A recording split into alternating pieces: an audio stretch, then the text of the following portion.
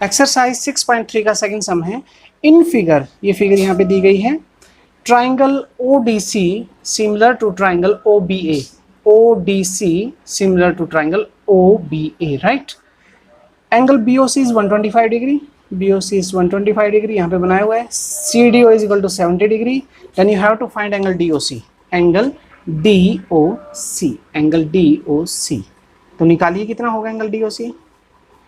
Angle DOC कितना हो जाएगा, ये पूरी बन गई एक लाइन, ये पूरी बन गई एक लाइन, और ये लीनियर पेयर, इधर वाला 125 डिग्री है, तो कितना बच जाएगा 180 माइनस 125।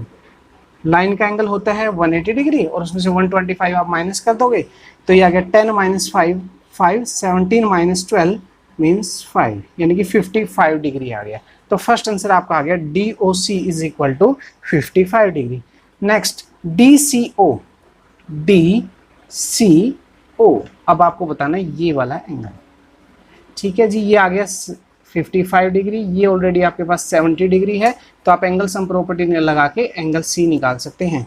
तो आप निकालिए यहाँ पे एंगल DCO, एंगल DCO कितना हो जाएगा 180 degree minus 70 plus 55 degree.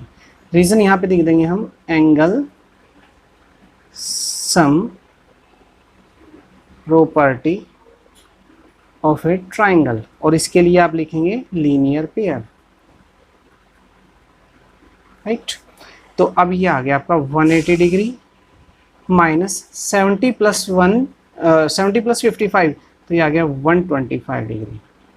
So minus करेंगे तो ये आ जाएगा आपका 55 डिग्री। लास्ट में देखिए एंगल कौन सा है, OAB, angle OAB, angle OAB, ये एंगल। अब ये एंगल आपका इक्वल होगा इस C एंगल के, OAB एंगल OCB के होगा। किस तरह से, अब देखिए, क्योंकि आपको बताएगी कि ट्राइंगल ODC सिमिलर है ट्राइंगल OBA के, आपको चाहिए OAB यानी A के ऊपर बनने वाला एंगल। तो A के ऊपर बनने वाला एंगल किसके इक्वल होगा, C के इक्वल होगा बाय सिमिलरिटी क्राइटेरिया। तो ये रीजन हो गया और ये हमारा C एंगल आया 55 डिग्री, तो हमारा आंसर हो जाएगा 55 डिग्री।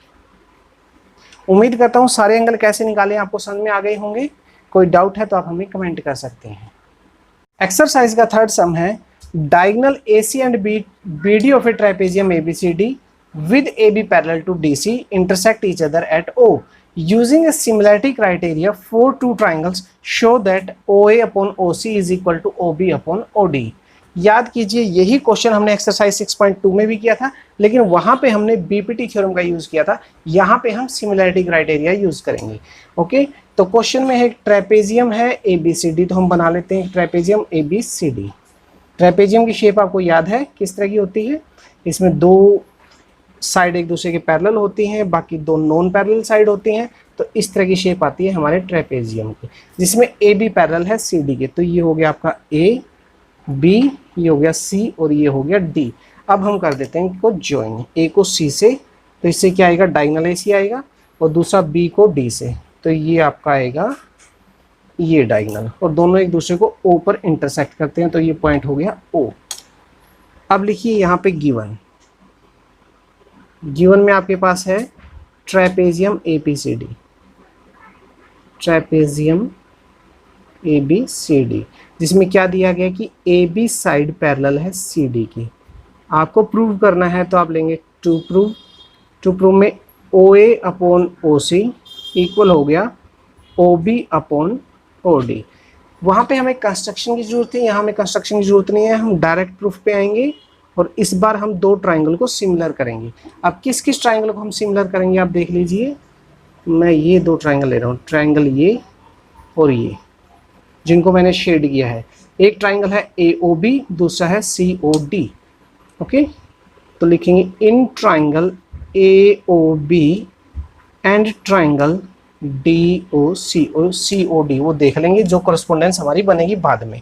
ओके, तो अब यहाँ पे आप निकालिए कोई भी दो एंगल या साइड का रेशियो। तो हम निकालते हैं दो एंगल। यहाँ से अगर आप देखोगे तो आपको पता लगेगा कि एंगल BAO इक्वल होगा एंगल OCD के। बी ए ओ एंगल, ये एंगल इस एंगल के इक्वल होगा। और आपको ये भी पता है क्यों होगा, क्योंकि ये दो पैरेलल लाइन है, ये अल्टरनेट, यहाँ पे एक ट्रांसवर्सल होगी, तो ये दोनों अल्टरनेट एंगल्स होंगे, राइट।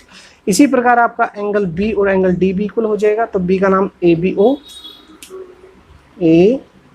ओ इक्वल हो जाएगा ओ डी सी के, और दोनों के लिए रीजन सेम रहेगा, इंटीरियर अल्टरनेट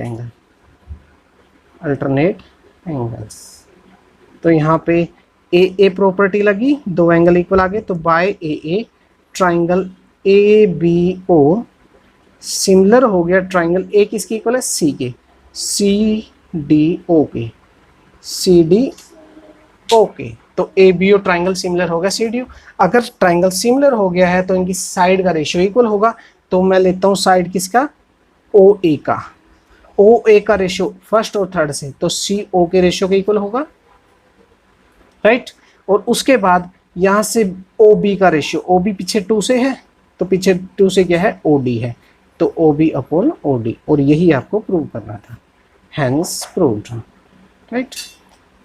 अब यहाँ पे एक चीज़ आप थोड़ा सा नोट कर लीजिए कि अगर दो ट्राइंगल सिमिलर आ जाते हैं तो उनके करस्पॉन्डिंग एंगल इक्वल होते हैं, लेकिन करस्पॉन्डिंग साइड प्रोपोर्शनल होती हैं, वो साइड इक्वल नहीं होती है, साइड प्रोपोर्शनल होती है या सेम रेशियो में होती है। हमने उसी रिजल्ट का यूज़ करते हुए इसे प्रूव किया है, और बीपीटी लगाने से ये ज़्यादा आसान है, तो आप इस मेथड से इस क्वेश्चन को अपने फाइनल एग्जाम में सोल्व कर सकते हैं।